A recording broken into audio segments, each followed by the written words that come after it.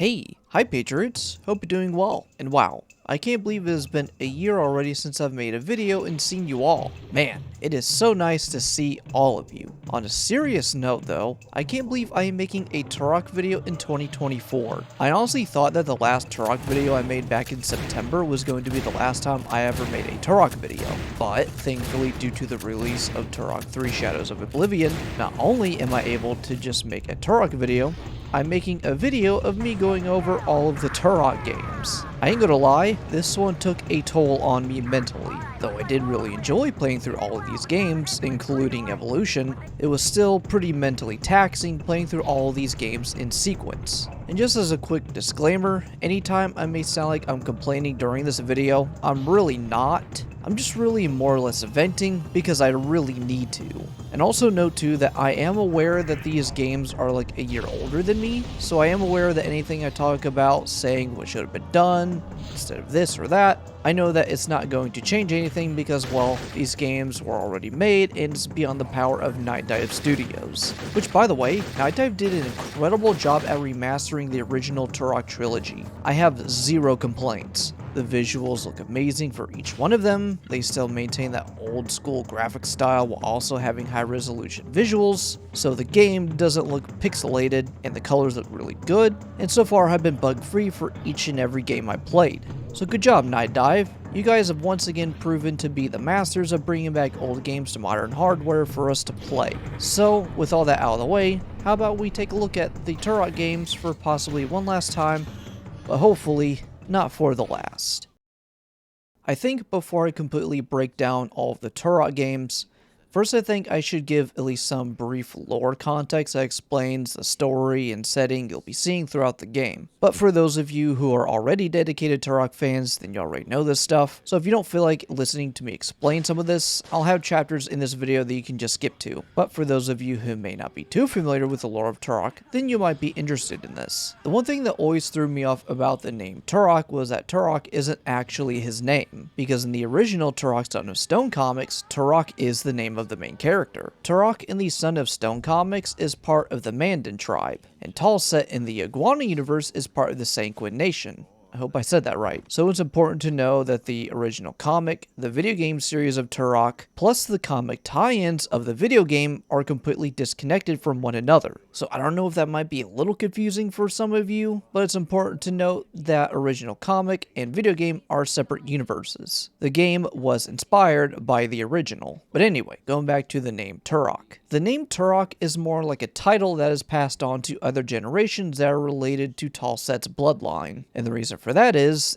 because Talset was the original Turok. And I think the name Turok is akin to like a Spartan, but instead of having to go through the training to become a Spartan, a Turok is more or less born or chosen. And when the universe is at stake, someone in the Turok bloodline must take up the burden to protect the universe. This is a much more simple explanation, but the lore of Turok actually goes pretty deep and there's multiple timelines and other universes and shit. So if you're interested in reading more in depth about the lore of Turok, plus reading the comics that are tied in with the video games, I'll leave a link to the fandom page plus the link to the website that I used to read some of the comics. Now all three of these games, including Evolution, have comic tie-ins with the video game, and I'm pretty sure Turok 1 had comic tie-ins for it, but either I just read the wrong one or the place where I read these comics just doesn't have them. So if any of you guys know where I can find the Turok Dinosaur Hunter game comic tie-ins, make sure to comment down below and possibly link where you found them too. Not only would I greatly appreciate it, but I'm sure others would too. So with that out of the way, we can now talk about the games. Turok Dinosaur Hunter, originally released in 1997 for the N64 and Windows, was actually a major hit when it came out. Though it was no top 10 bestseller, the game sold pretty damn well, and even good enough to warrant a sequel a year later with Turok 2 Seeds of Evil. Now of course, I was not born anywhere near close enough to where I could have played this game when it first came out for the N64, because I would be born just a couple of years later and GameCube was my first console that I can remember playing. So the original Turok was not a game I ever knew about, nor could I have ever really had any nostalgia playing this. However, thanks to Nightdive Studios, in 2015 they released a remaster for this game. And since I never played the original Turok, I was pretty interested in trying this out. Now I did originally beat this game when it first came out, but I replayed through it again for this video to refresh my memory about anything I may have liked or disliked about the game.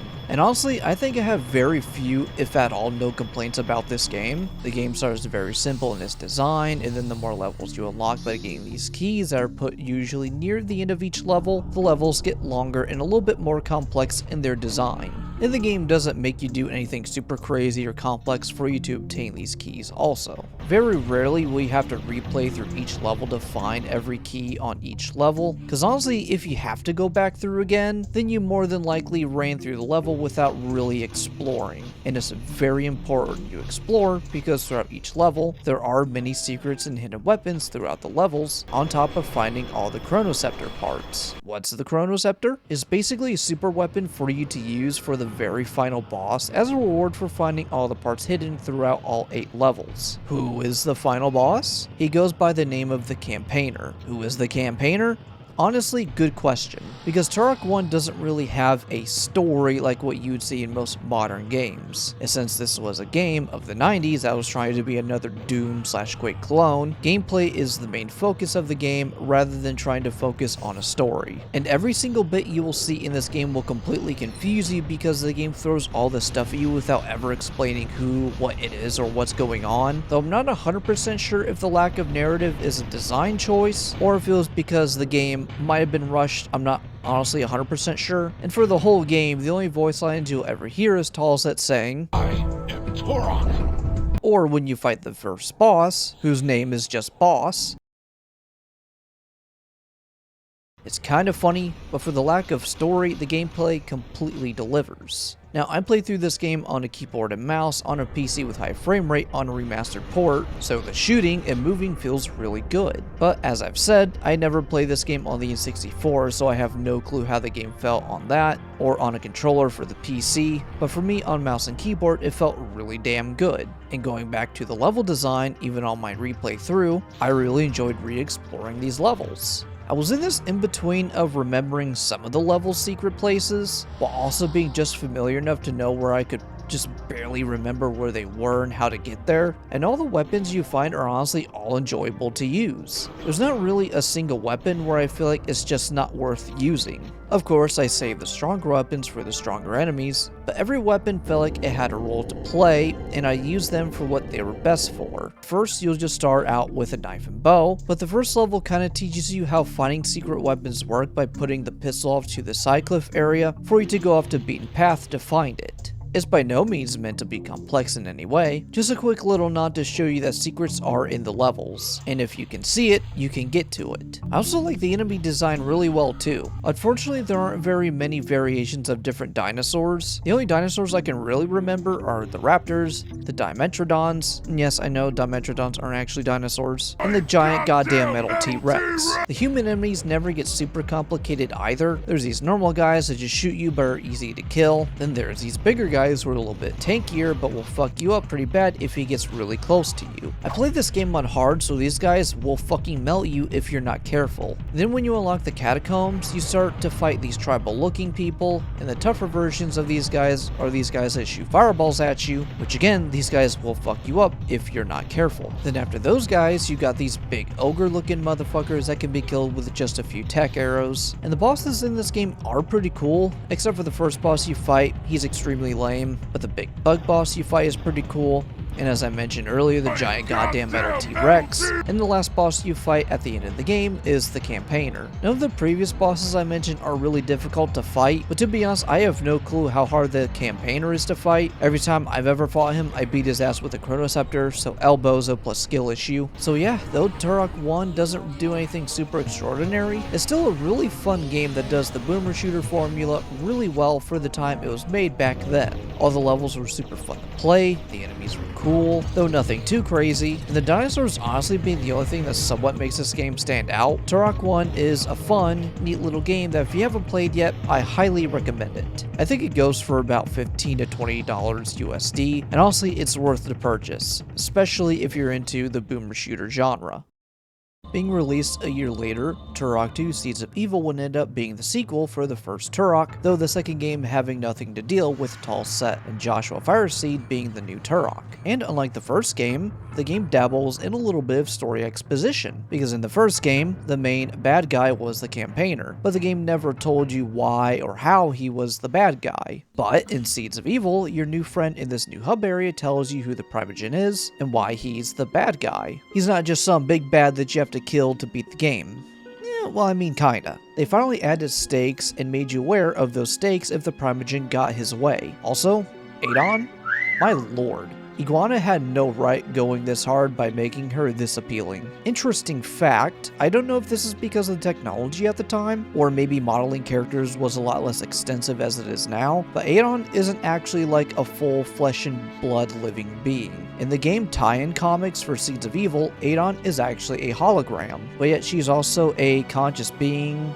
Also, that's a hologram. It doesn't really make that much sense to me, but the game model doesn't really do a good job by showing she's a hologram. Now, I don't know if that's design or just because of the time this game was made. But don't get me wrong though, even though this game is a remaster where all the textures and models are upscaled, the models are still the original, and they look really damn good. They just obviously look better in the remaster. Another thing too that's been enhanced are the level designs. Now look, I'm probably about to give a very hot take here, so prepare yourself. But before I do, I want to make some things clear first. As I mentioned at the beginning of this video, any sort of complaining I might do is something to be taken to heart, as I'm only really just venting about things. And also that, again, I am fully aware that Nightdive has no control over anything I'm about to vent about. But I do want to say that the design art-wise for these levels are amazing. The first level that's the port of something I forget the rest of the name of, I really like it from a art design standpoint. The second level that's this giant fort/city level, really beautiful even for a game this old. And running around that Styrocosaurus was awesome. All of these levels are really cool, and each one of them are very unique and completely different from the last one. The Blood Swamps is this toxic wasteland that's full of these big ogre guys, and for some reason this level really reminds me of a horde base from World of Warcraft. I don't know why, but it's probably because of all these flags placed around along with the big ogres. And Lair of the Blind Ones is super creepy with this dark, slight melancholy soundtrack to go with it. And probably my favorite level design in this whole game has to be the alien spaceship. It's so like old school alien ship with all the greens and purples with all the holographic screens and computers going off. But what makes this level really cool though is once you get past the alien ship, you end up in this H.R. Geiger type of environment that looks super creepy, especially when you go into these areas that have these little bugs that make these clicking noises. But with all the praising out of the way, my biggest issue with the level design is in the structure and how these levels are designed. And what I mean by this is every level except for the first one is a complete fucking labyrinth. The majority of my playtime was me running around with the map open. Even with the levels I played through on my previous other playthroughs, I still had to keep the map open because these levels are confusing as fuck. And they get longer and more complex the more levels you go through. So these long, super complex levels are so miserable to go through because there's so much backtracking that you have to do, and every level has a list of objectives you must complete in order to finish the whole level. And there is a lot of backtracking when you have to go back through and find and complete all of these objectives. On top of that, there are these things called talismans you have to find on each level to progress on either the current one, previous one, or the next one. And usually it's either to finish at the current level or the previous one, and so backtracking to go through these areas to turn on these pyramids to unlock the talisman, or go through an area that requires the talisman while the levels are a fucking maze gets pretty exhausting sometimes. And while I still enjoyed playing the game, there were many times where I was asking myself, when will I reach the end? But the one thing Turok 2 does better than its level design are the weapons. Just like in Turok 1, you start with a bow and a melee weapon, except instead of having a knife, you have these claw weapons that look pretty cool. Then just like in Turok 1, they show you where you can find a secret pistol in the starter area to again nod that there are secrets around the area. And just like Turok 1, there are quite a bit of weapons in this game, but unlike Turok 1, Turok 2 adds a few new weapons to the game. But what do they do? Instead of overbloating your inventory with a whole bunch of random weapons, you get multiple weapons of the same category. First, there's the tech bow, then in level 2 you find an upgraded version of your claw weapon called the Warblade. And might I say, this thing is awesome. Though it doesn't really do much more damage than the claw weapon if you hit an enemy normally, it will most of the time one-shot enemy if you hit them in the head, and this causes a lot of gore when you do. The scattergun was a gun that took some time for me to warm up to. Unlike the double barrel shotgun that just shoots normal pellets, the scattergun shoots this beam that breaks off when it hits something. And at first I thought this gun was bad because sometimes it felt like the normal shotgun was more consistent at killing things quicker, and it wasn't until my replay through when I discovered that the scattergun is actually pretty good. You do of course need to direct impact an enemy with it, but if you do, when the scattergun breaks off, all the beams ricochet onto the enemy and will do much more damage than the normal shotgun. Throughout most of the game though, my main weapon of choice was usually the Mag 60, the Warblade, and the plasma rifle. The plasma rifle has this cool sniper ability to it where when you zoom in, your plasma shot will not explode upon impact and will one-shot most enemies if you hit them in the head. Also, I'm just going to get out of the way, but the nuke weapon fucking sucks. And this is going to lead me to talk about two things. One, to talk about why I don't like the nuke weapon, but also to talk about the boss design in this game. The first boss you fight in Lair of the Blind Ones is not bad at all. It's your typical boss that you shoot until it dies, simple enough. The second boss you fight is the Queen Bug after the alien ship, and this boss honestly just sucks. I don't know why for this boss and the bosses after, they make you shoot at certain areas that have hitboxes, and these hitboxes are extremely tiny and the game does not do a good job of showing you where these hitboxes are. And simply, I absolutely hate this type of boss design. It's unintuitive, it's frustrating to deal with, it's not fun, and I think it's lazy to try and increase the difficulty for your boss fight. Now if you wanted to add a mechanic to the boss fight to open up a window for me to damage them, then that would be fine. But just making a small hitbox that you specifically have to hit that you have no idea where it is, and it also being hard to hit is just purely annoying. And again, they do this for another 2 times after the Queen. And honestly, the Primogen being the worst example of this, because now this leads me to talk about why the nuke weapon fucking sucks. In the first game, the Chronoscepter was your reward weapon if you found all the parts throughout all the levels. Well, to obtain all the nuke weapon parts, you have to open up these pyramids and fight through these demons to obtain all the parts. But unlike the Chronoscepter, the nuke weapon isn't fucking good. And they probably did that bullshit of making the Primogen being able to only take damage by shooting his dinky little arm to nerf the nuke weapon. But I mean, like, come on. I earned the damn thing. Let me use it how it's supposed to be, damn it. Also, I'm fucking mad because I ended up cheating myself out of achievements for this game. And to add context to this, since these levels are super complex and an absolute nightmare to navigate, after when I feel like I had just exhausted everything I could to find a secret area, I would turn on the fly cheat in the console command to fly around and see if I could find the secret point to get to the secret. But what I would normally do is save before I turned on the cheat, then after I turned on the cheat and found the place where I needed to go, I turned off the cheat and loaded back to the save before I turned it on. Well, I fucked up massively and accidentally saved while my cheats were turned on instead of loading back to the save when they were turned off. So by no fault was it of the game, just mine for being careless. Still mad though. But besides a few of the bosses being cheeks and the levels just being kind of a little too long, Turok 2 Seeds of Evil is still a great game and a great sequel to Turok 1. I still highly recommend you play this game. It's still amazing as a boomer shooter game, the gameplay is really fun, the levels art-wise are absolutely amazing, and it's a fantastic sequel to the Turok franchise. Being the final sequel for the series, Turok 3 Shadows of Oblivion would take the series a few different steps away from the usual Turok formula that they used for the previous two. Firstly, they made an actual cinematic cutscene that gives way for the plot to play out and was about to come. The game starts with a cinematic that continues with Joshua Fireseed and shows that he's living with his siblings. Now when I first saw this cutscene, I never really thought of anything of it other than it was kind of cool seeing some cutscenes in this game. But as of now, as I'm writing this script, a few things have left me kind of feeling off about it. The cutscene begins with the scene of Joshua going into the facility to save this child. While he is attempting to rescue the child, he triggers an alarm that alerts these demons to come in and kill him. Which, by the way, the cutscene does a really decent job at foreshadowing what is about to come later in the game. But these demons overwhelm Joshua and kill him. He then wakes up because all of this had been nothing but a dream. And it seems like the wise Joshua is aware of what this dream meant. he's probably about to meet his end. And this is all fine. I mean, it kind of makes sense for a Turok to be somewhat aware of when their end might be coming, since the years of fighting and all their wisdom, along with all their spiritual guidance, makes them as wise as they are. But further on in this cutscene, when Joshua is laying in bed again, his house gets invaded by these demons. And when these demons think they have the draw on him, he proves them wrong and blasts them. But this is where I kind of find some iffiness to Joshua's death, because he fought and killed off all the demons that ambushed him, but while he's got his back turned, he gets shot by a demon hidden in the room behind him, to then getting overwhelmed and requiring him to sacrifice himself to save his siblings. And like, I don't know,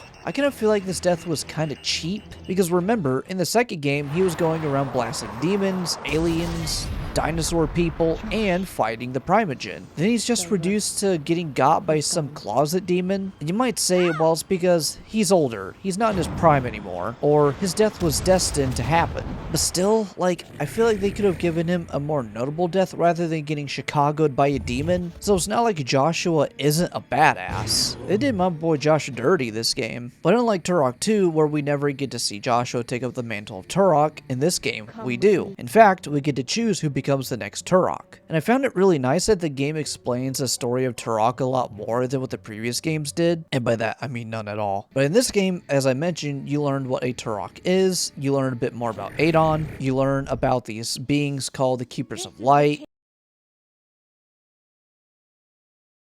you learn about who Oblivion is, and just much more context is added to the overall story and lore of the Turok universe. But as I mentioned, we get to choose who becomes the next Turok. Now in the game, it doesn't really matter who you choose, whether it be Danielle or her brother Joseph. All it really does is change some of the routes you take throughout the levels, and maybe a different ending, I'm not sure. I picked Danielle for my playthrough. Now lore-wise, Danielle is actually supposed to be the next Turok in line, because in the game tie-in comics, Danielle does take up the mantle to become Turok and destroy Oblivion, who is the main bad in this game. But honestly, I picked Danielle because, well, I'm sure you can see why. If you're a Native American baddie like Danielle, please hit me up because you are my type. Also, might I say, they really improved the details of Adon. The female characters even have physics to their plot points. I don't know if this was a detail added originally by Iguana themselves or this was done by Nightdive, but either way, whether they added it in or kept it in from the original game, you can tell they were very much men of culture. But anyway, back to the game. Once whenever Danielle or Joseph, whoever you pick to take up the mantle of Turok, your first task is to stop Oblivion. Now when I started the first level, there were a few things I noticed. One, the movement was drastically different from the previous two games. Turok 1 and 2 had the very fast-paced movement style that a lot of those Doom-like games had, but Turok 3 slows down the movement a bit and has weight to the character movement. Now I don't know if this was in the original, remember I never played any of the originals, so all of these changes to this game I have no say in whether these were originally here or not. But I do like the movement changes along with a little bit more emphasis on the storytelling in this game. Turok 3 does this perfect blend of maintaining a lot of the old elements that made the first two games good, along with doing just a little bit of new to make it feel a bit more different. The game still has the traditional way of finding and acquiring weapons throughout the levels, and you remember those diamond looking things where they just gave you bonus life after getting 100 of them? Well now, collecting those give you more health to your overall health pool. And yes, there is still a secret weapon for you to get if you collect all the parts. I will admit, this is the first game where I did not find all the secret parts. They hid them pretty damn well and I'm kinda sad I missed out on it. Granted, I'm sure I'd get it on my second playthrough if I searched hard enough. Speaking which, about second playthroughs, I'm sure many of you who have played this game were wondering why I never did the multi-playthroughs like you're actually supposed to with this game. Simple answer is I wanted to shorten the time I spent recording on this video. By the time I started recording for this game, I had already gotten hundreds of gigabytes of storage used up by recording for this video. And since I record in 1440p and have long recording sessions, this shit eats up space. So while I would have liked to spend a little bit more time on the game to give a more thorough analysis of my time playing, I did have to cut some corners, so I do apologize for having to do that for this game, because the campaign for this game on each of the characters is only about nearly 4 hours long if you do thorough exploring, so very short compared to the other games. Because unlike Turok 2 where some of the levels can take over an hour long, in Turok 3 at most you might spend 30 minutes-ish on each level, and there's I think like 5 or 6 chapters or something like that. But honestly, it was ironically a breath of fresh air for me since I was just mentally exhausted from playing the super long levels of Turok 2. But at at least the levels are unique to each chapter, with you also going back to the original starter jungle from the first game, which was really neat.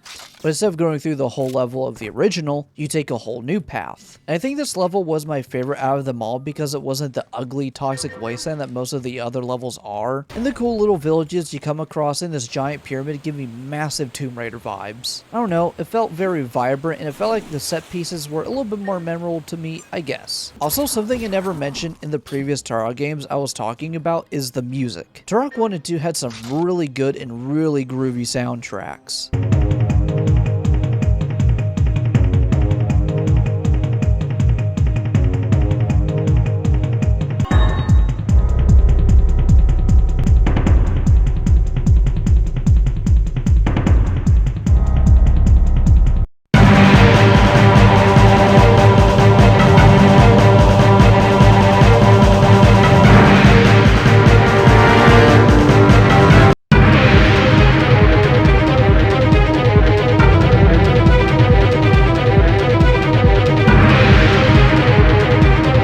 But I noticed Turok 3 soundtrack kind of dialed down the groove a bit and went for a more suspenseful sound design.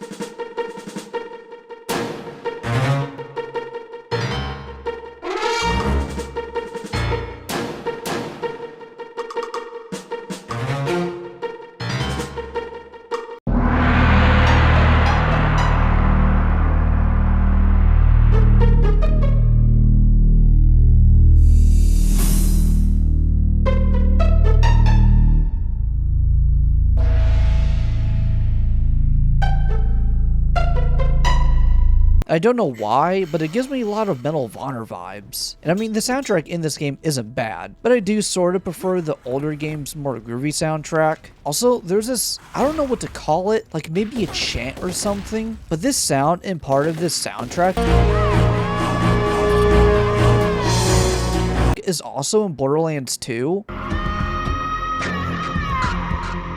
And I knew I had heard it before when I heard it playing through this game, so it makes me wonder if what you hear in this game is a reference to this in Borderlands 2, or if perhaps the sound already existed before this game too. So if any of you know anything about that, make sure to let me know in the comments. And of course, I have to talk about the weapon since that's been a tradition so far in this video. Honestly, I can't really remember any weapon that really stands out to me in this game. The only thing I can really think of is the assault rifle and the cerebral bore they brought back from Turok 2. This game added a second version of the cerebral bore, but instead of it digging inside the brains of your enemies, it latches onto their face and blows up. Honestly, it kinda sucks. You can't shoot multiple of them, and you can't shoot it again until it blows up. And it takes forever for it to latch onto an enemy to blow up. Plus, it's not as entertaining compared to the original where it digs through their brains. So far though, I think honestly my only issue with this game is the final boss. And you know what? I'm gonna say it.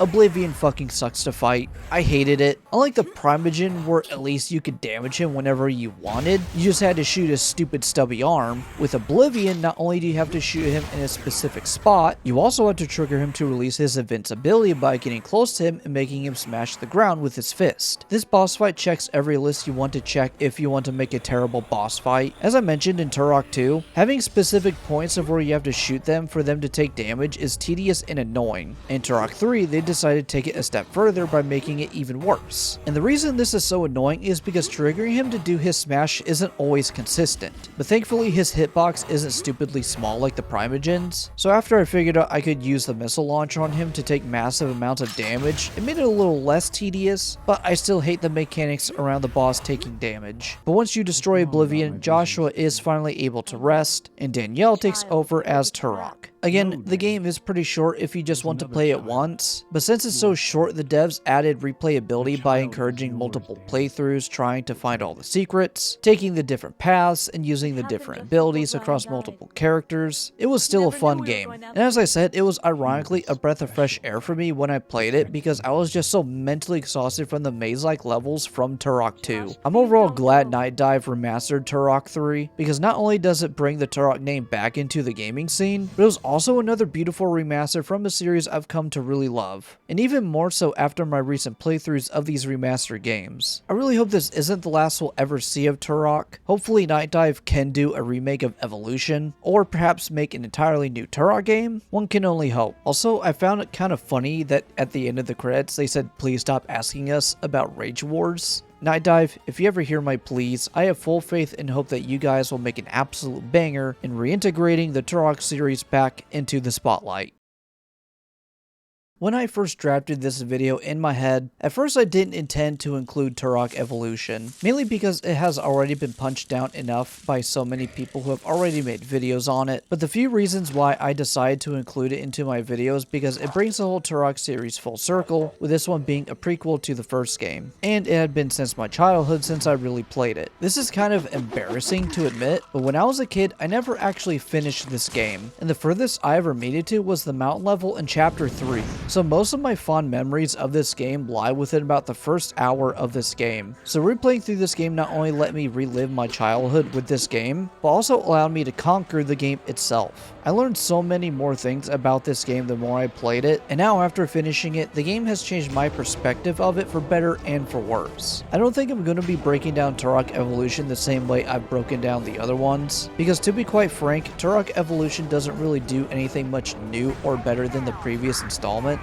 And sadly, it's pretty hard for me to say that since I have so much love and nostalgia for this game, but unfortunately, I just have to be truthful. The only thing Turok Evolution really did better than its predecessors is the pre-rendered cinematics, and the only thing new they did was make these flying levels, which I will get into here in a bit. But I think the reason why I feel so much pity for Evolution is because with the closure of the studio coming in steadfast, massively harmed the story and game quality of this prequel, which really sucks because I honestly love prequels when they're done right.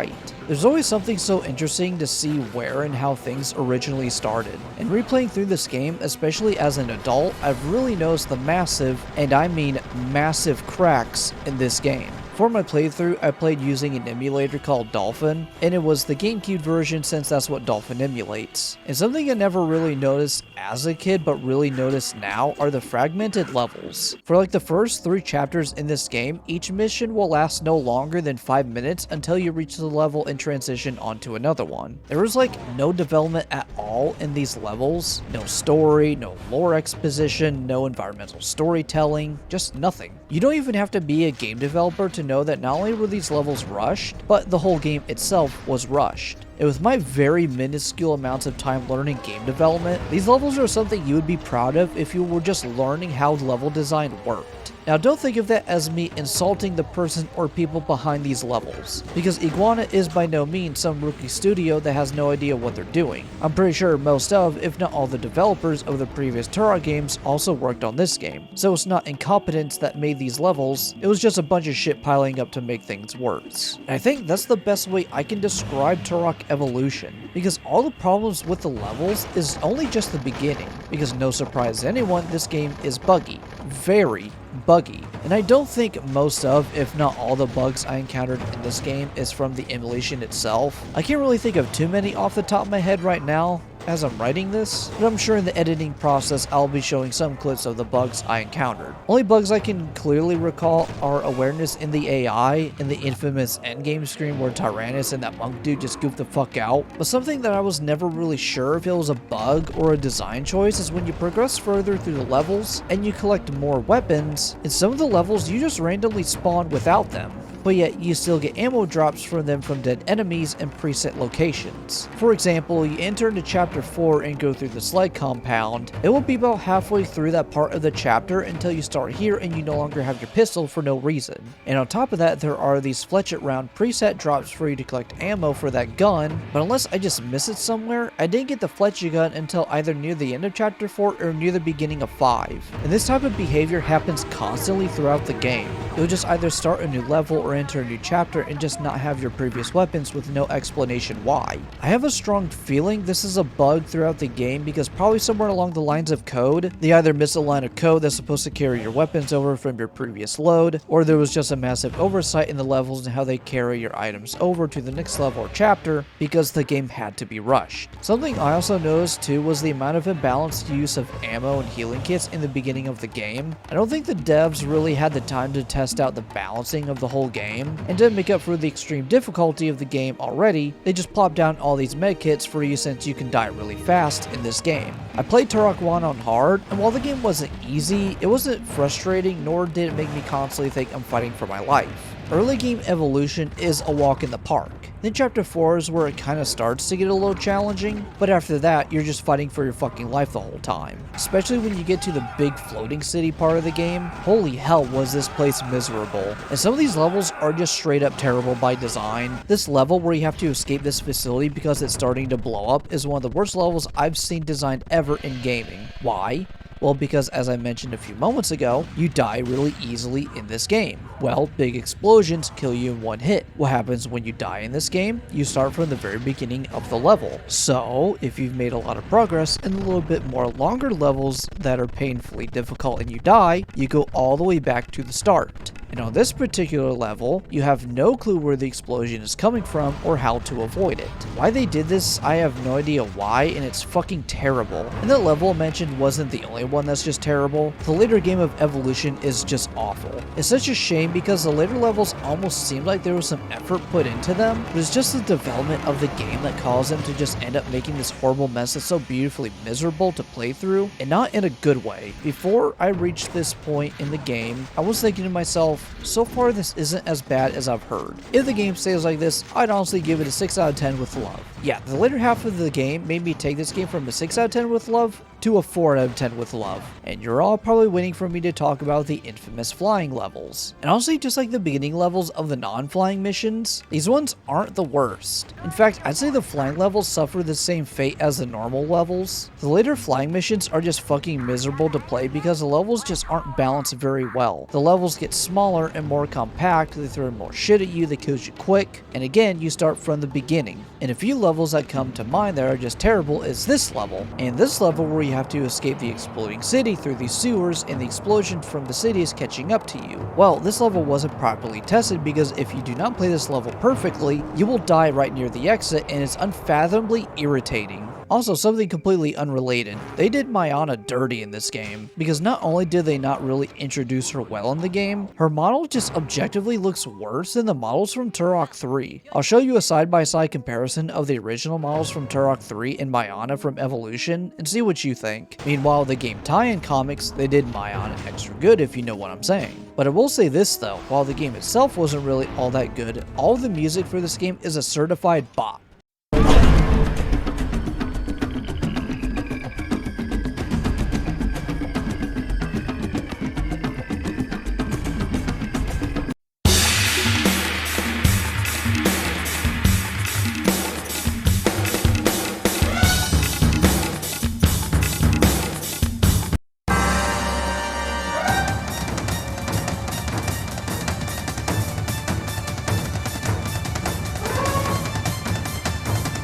Honestly, not a single bad song in Evolution. It's such a shame too. But on the real though, I'm kinda at the end of everything there is to talk about for this game. As I said earlier, this game doesn't really do anything new or better than the previous installments. And I mean, I don't have to repeat myself again as to why. And for those of you who might be asking why I never included Turok 2008, I didn't include that one because for one, it's a fucking pain in the ass to get booted up on your PC, and the game is completely standalone. Though it may have the Turok name to it, it has no ties with the original Iguana Studios Turok, or have any correlation to the original Son of Stone comics, so that's why. So with that being said, I really hope you guys enjoy this video. I'll put a lot of time and effort into this video, along with lots of mental exhaustion and suffering between Turok 2's level design and Turok Evolution just being miserable to play in the later levels. After this video, I'm not entirely sure what I'll work on next. I have some smaller videos in my to-do list, so I might get those out of the way first before before I get back onto working on my Red Dead 2 video. So if any of you are interested in that, subscribing and turning on notifications is the best way to stay up to date on any content I upload in the future. So thank you all for watching, and I shall see you when the next video drops.